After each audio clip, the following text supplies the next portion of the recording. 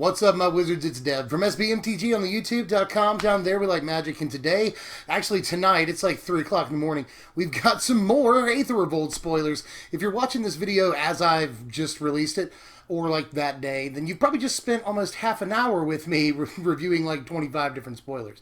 Well, since then, Wizards has released 6 more, so we're going to take a look at those real quick. This first card is Pacification Array. It's just 1 mana for an artifact, and you can pay 2 and tap it to tap target artifact or creature. So it's sort of Icy Manipulator. You know, it costs 2 to tap a thing, and you don't get to tap lands, which kind of sucks, but still, this is really a cheap way of making this effect happen. Just 1 mana artifact, it's not bad at all. Looks pretty good in limited, so in draft and sealed, you want to play this all day. It takes creature out of combat, so in those environments, it looks fantastic, but I'm not sure about any kind of play other than those levels. Well, this requires a translation right here. This is Merchant's Porter. It's just 1 mana for a 1/2 artifact creature. It's construct.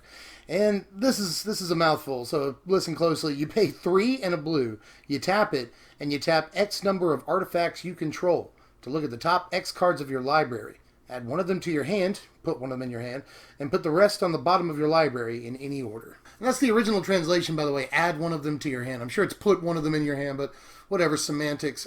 This is hard to judge. I've already seen like a fair amount of hate for it in like the hour and a half since it was released, you know. And I'm not really sure why. I mean, that's an awful lot of conditions that you have to fulfill, but you can do it at instant speeds. You can do it at the end of your opponent's turn or during combat after blocks or whatever, you know. You can do this anytime you want to, and that seems cool. 4 mana is an awful lot. That is an awful lot to pump into this thing. So I kind of don't like that about it. Having to tap a bunch of guys is not usually great. But at the very least, you know, you tap 1 artifact and you're guaranteed to draw a card. Tap this and another artifact, draw a card. That's pretty good. And if you tap like 2 or 3 other artifacts, then you can get like an Anticipate out of this. So that's cool. And of course, there's boards full of clues and servos and stuff where you can draw, you can look at the top like 8, 9 cards of your library. So that also seems pretty good. Just for the 1 mana, that's not bad. It's Liliana proof. You know, it's got 2 toughness. That's pretty cool. Artifact, creature-based decks kind of are looking for a good 1-drop other than Bomat Courier, so all of that seems nice. I want the card to find its niche, but I think that's why it's getting a little bit of hate, is because who knows what the card's niche is. Get hyped, because Ornithopter's back. It's just a 0 mana, 0/2 flying artifact creature. If you haven't seen Ornithopter, you haven't played Magic. One of the flavor texts on one of the old Ornithopters goes something like, you know, no matter what plane you're on, you know, artificers are going to find a way to make Ornithopter. It's like every artificer's first invention. So, you know, you knew they were going to show up on Kaladesh eventually. You know, they had to. So Ornithopters are here, and you get a cool, like, Masterpiece or Inventions version of this, and you get one in the main set, too, which means you can play it in Standard, yay. And it'll go really well in, like, the Cheerios deck. That deck wants a 0 mana creature all day, or an artifact at least, all day. But I do love that Ornithopter's here, you guys. Ornithopter is here. We really wished he was in Kaladesh, but he's finally joined the party, and the art's really cool, so hey, Ornithopter's around to make Cheerios, maybe possibly a real deck. Here's Hungry Flames right here. It's 3 mana, that's 2 and a red for an instant. With Hungry Flames, deals 3 damage to target creature and 2 damage to target player. Excuse me. Could it be? Is this actually like decent burn right here? I think it could be, you guys. 3 mana is a lot, but you still get to take out a 3 toughness creature, you know, Smuggler's Copter or whatever on turn 3. And deal damage to the face, so that's good. Usually you'd have to choose, but in this case you get to do both. Seems good to me. I'm at least willing to try it out in like Thermo Alchemist or just burn, you know. But this is sharing a slot on the curve with like Collective Defiance in the burn deck. And, you know, might still be able to make it work. It works with Goblin Dark Dwellers, so there's that to consider, you know. Good, solid card, splashable, will work very well in limited environments, you know. Budget burn will want to play it, so I'm just happy to see a piece of burn in the format that is instant speed and decent as far as creature damage goes, and can hit the face. Oh, that's good. You're welcome here. You are welcome here. Here's a funny name for a guy. This is Rishkar, Peema Renegade. It's 3 mana, that's 2 and a green for a 2/2 legendary elf druid. And when it enters the battlefield, you put a +1/+1 counter on each of up to 2 target creatures. And each creature you control with a counter on it has tap to add a green to your mana pool. First thing I want to point out is that it's each creature with a counter on it, not necessarily a +1/+1 counter, so any kind of counter works. That's awesome. and I've pointed it out. So let's go on here.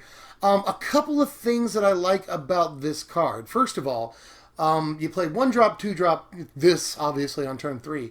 And then you can play a 2-mana guy. So that's pretty cool. Or you can play a 1-mana guy and leave one of your other creatures up for attack or blocking, whatever. Because they're a little bit bigger now. They got the +1/+1 counter. Also, with Panharmonicon out, this becomes like a Verdurous Gearhulk. Pretty cool. It seems like an interesting commander, you know. Really like all the work we can do right now in Standard with +1/+1 counters. You know, we don't have like hardened scales anymore, but we still got a lot of stuff that works with +1/+1 counters. So I do like the thing. Sort of a mini Cryptolithrite on a stick, which could be good, you know. Just I like a lot about this card, actually. I think there's a lot of play to it.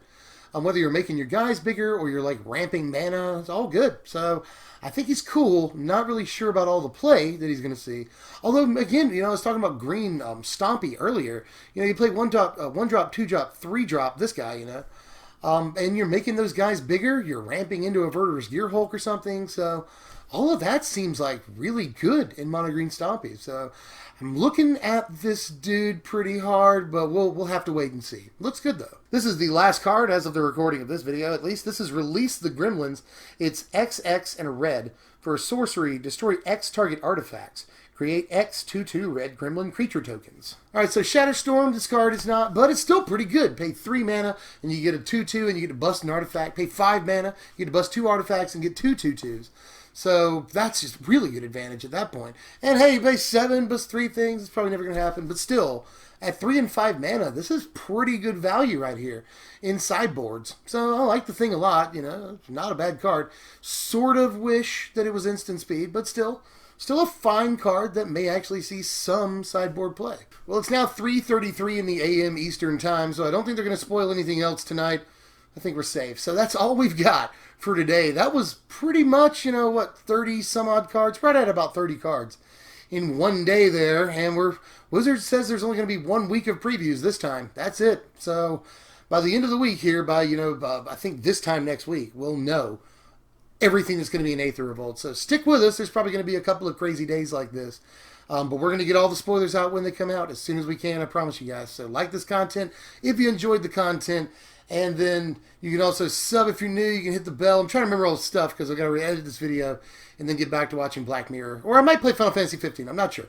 But still, got to do some stuff later on tonight.